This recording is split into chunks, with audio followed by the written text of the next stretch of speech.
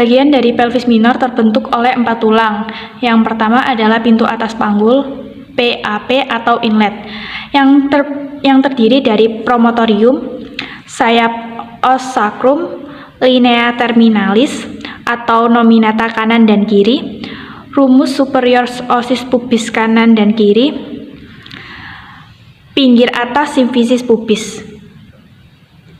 Bagian yang kedua yaitu pintu tengah panggul atau PTP atau bisa disebut dengan midlet.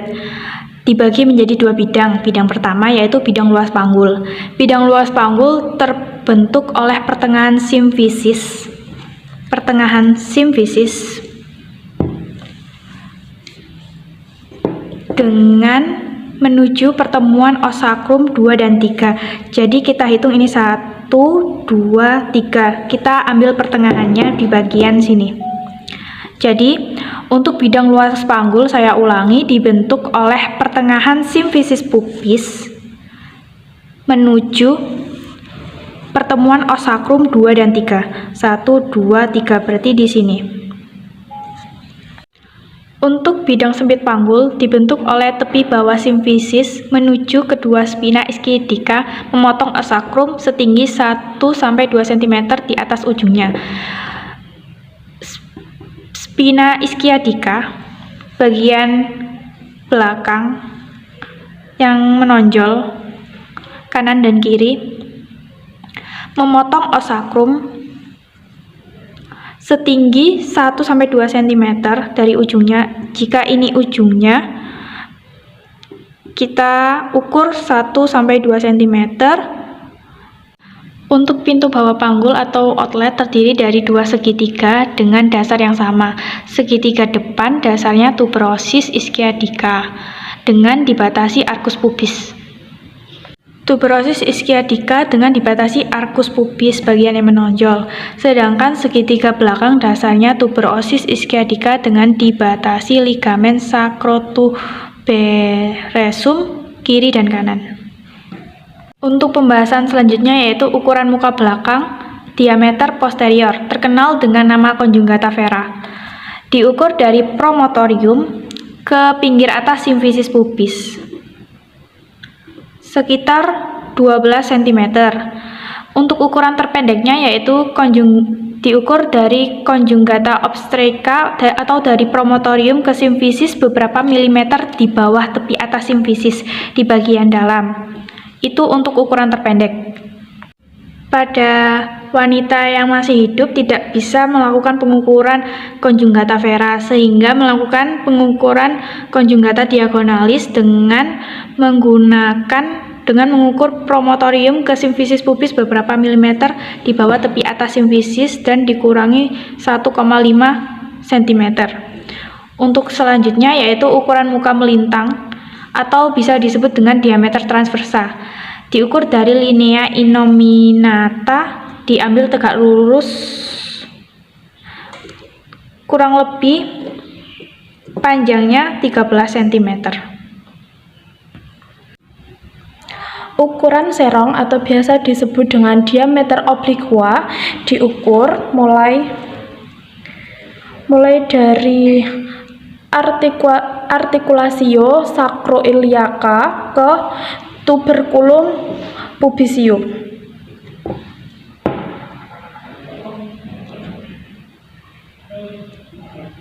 Ukurannya kurang lebih 13 cm. Kemudian di sini ada diameter sagittalis posterior pintu bawah panggul yang jaraknya antara bagian tengah diameter transversa sampai ujung os sacrum. Bidang luas panggul. Bidang luas panggul merupakan bidang dengan ukuran yang terbesar. Bidang ini terbentang antara pertengahan simfisis pubis, kemudian pertengahan acetabulum, dan pertemuan antara ruas sakral 2 dan 3. Selanjutnya, ukuran muka melintang diukur dari linea innominata kanan ke linea innominata kiri.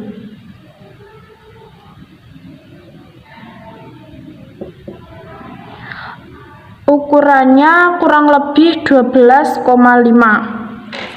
Kemudian ukuran muka belakang dihitung dari promotorium ke simfisis pubis.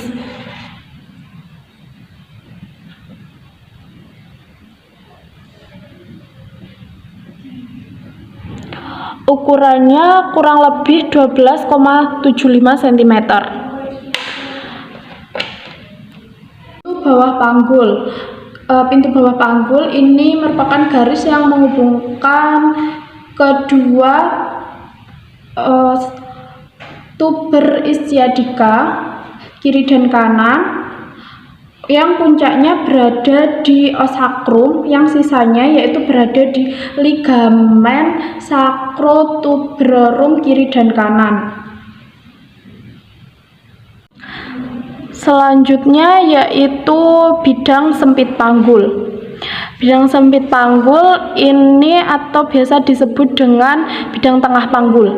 Bidang ini merupakan bidang dengan ukuran-ukuran terkecil. Bidang sempit panggul diukur mulai tepi bawah simfisis, kemudian ke kedua spina istiadika, dan memotong kurang lebih 1-2 cm di atas ujung sakrum. Batas atas panggul yaitu pintu atas panggul. Kemudian batas bawahnya yaitu pintu bawah panggul. Posteriornya yaitu bagian sakrum.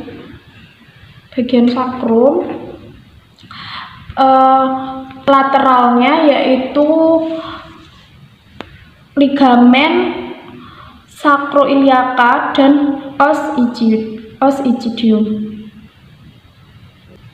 Baik, yang selanjutnya sumbu panggul, yaitu hubungan pusat-pusat dari beberapa bidang di dalam panggul akan membentuk sebuah garis yang lurus sebelah atas sampai pada suatu titik sedikit di atas. Yang selanjutnya inclinatio pelvis atau kemiringan panggul. Kemiringan panggul yaitu sudut pintu atas dan dengan bidang sejajar tanah. Sudut pada wanita berdiri sudut ini yaitu 55 derajat. Yang selanjutnya yaitu bidang hot. Bidang hot atau bidang hayal dalam panggul digunakan untuk menentukan seberapa jauh bagian depan anak atau janin turun ke dalam rongga panggul. Yang selanjutnya bagian lunak panggul. Bagian lunak panggul terdiri atas otot-otot dan ligamentum yang meliputi dinding panggul sebelah dalam dan yang menutupi panggul sebelah bawah. Bagian yang menutupi panggul dari bawah membentuk dasar panggul disebut diafragma pelvis. Dan yang selanjutnya yaitu musculus levatorani. Musculus levatorani yaitu bagian yang letaknya agak ke belakang dan merupakan suatu sekat yang ditembus oleh rektum. Daerah perineum. Perineum yaitu bagian permukaan pintu bawah panggul, letaknya di sekitar sini. Perineum terdiri atas dua bagian. Yang pertama yaitu regio analis di sebelah belakang, yang kedua regio lysogentis, terdapat embulbo convernarisio yang mengelilingi vulva. Selanjutnya yaitu ukuran-ukuran panggul. Ukuran panggul dapat menentukan apakah persalinan dapat berjalan dengan normal atau tidak. Yang kedua, persalinan normal. Salah satunya ditentukan oleh luasnya jalan lahir, terutama ditentukan oleh bentuk dan ukuran panggul. Yang ketiga, ukuran panggul dapat diperoleh secara klinis dan pemeriksaan ronsen atau USG. Cara mengukur conjugata draconalis dengan dua jari, yaitu jari telunjuk dan jari tengah. Jari tengah digerakkan ke atas sampai dapat meraba promontorium. Setelah itu yang kedua, sisi radial jari telunjuk ditempelkan pada tepi bawah simfisis dan tempat ini ditandai dengan kuku jari telunjuk tangan kiri. Kemudian adalah ukuran rata-rata panggul. Yang pertama adalah diameter antara pos tenor pintu atas panggul, dihitung mulai dari ujung oskogis sampai pinggir bawah simfisis pubis, ialah 11,5. Yang kedua, diameter atas panggul dan transversal rongga perut, dihitung mulai dari posterior sampai simfisis pubis bagian atas, ialah 12 cm. Distansia interspinarium pada rongga panggul spina ischiadica kanan dan kiri, ialah 10,5. Kemudian diameter pintu bawah panggul, jarak antara bagian tengah, diameter transversal atau simfisis pubis bagian tengah sampai ujung sakrum, ialah 12,5 cm. Kemudian yang terakhir, diameter transversal pintu bawah panggul, jarak antara bagian dalam dari kedua tuberculous IG, ialah 13 cm. Kemudian ukuran-ukuran luar. Yang pertama, tidak dapat digunakan untuk penilaian apakah persalinan dapat normal atau tidak. Yang kedua, namun demikian, ukuran-ukuran luar dapat memberi petunjuk akan kemungkinan panggul sempit. Yang ketiga, pengukuran ini tidak dapat ditentukan lagi karena ada cara-cara yang lebih tepat dan teliti. Pemeriksaan dalam periksa dalam. Yang pertama, apakah promotoriumnya teraba atau tidak? Bila teraba, berapa CD-nya? Yang kedua, apakah ada tumor atau tidak pada permukaan belakang simfisis? Yang ketiga, apakah linea limonminata teraba seluruhnya atau sebagian? Yang keempat, apakah pseudowalls atau dinding samping lurus, konvergen, atau divergen? Karena ukuran panggul yang luas pada inlet tidak perlu diikuti oleh bidang sempit panggul dan pintu bawah panggul. Yang kelima, apakah kedua spina ischiadica menonjol atau tidak?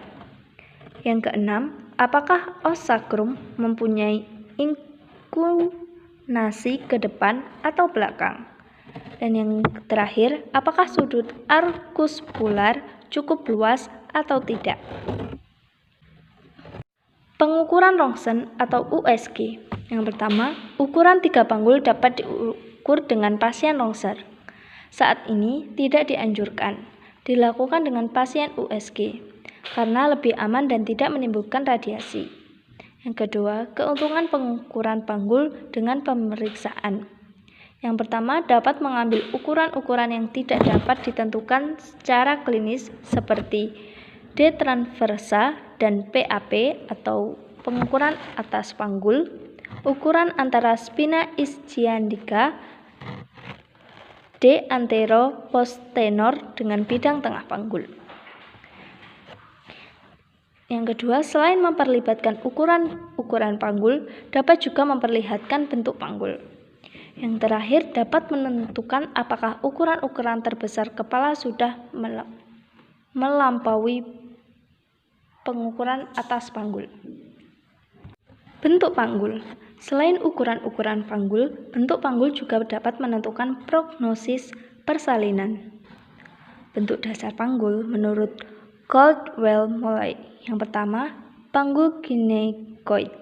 Yang kedua, panggul android. Yang ketiga, panggul anthropoid. Dan yang terakhir, panggul platypeloid. Pembagian ini didasarkan atas bentuk segmen postenor dan anterior dari pemeriksaan atas panggul. Segmen postenor adalah pembagian yang terdapat di sebelah belakang dan D transversa pengukuran atas panggul atau PAP. Sedangkan segmen anterior adalah bagian yang terdapat di sebelah depan dari garis tersebut. Segmen belakang menentukan bentuk panggul, sedangkan segmen depan menentukan variannya. Panggul ginekoid. Bentuk ini adalah yang khas dari wanita. D. sagittalis posterior hanya sedikit lebih pendek dari D. sagittalis anterior.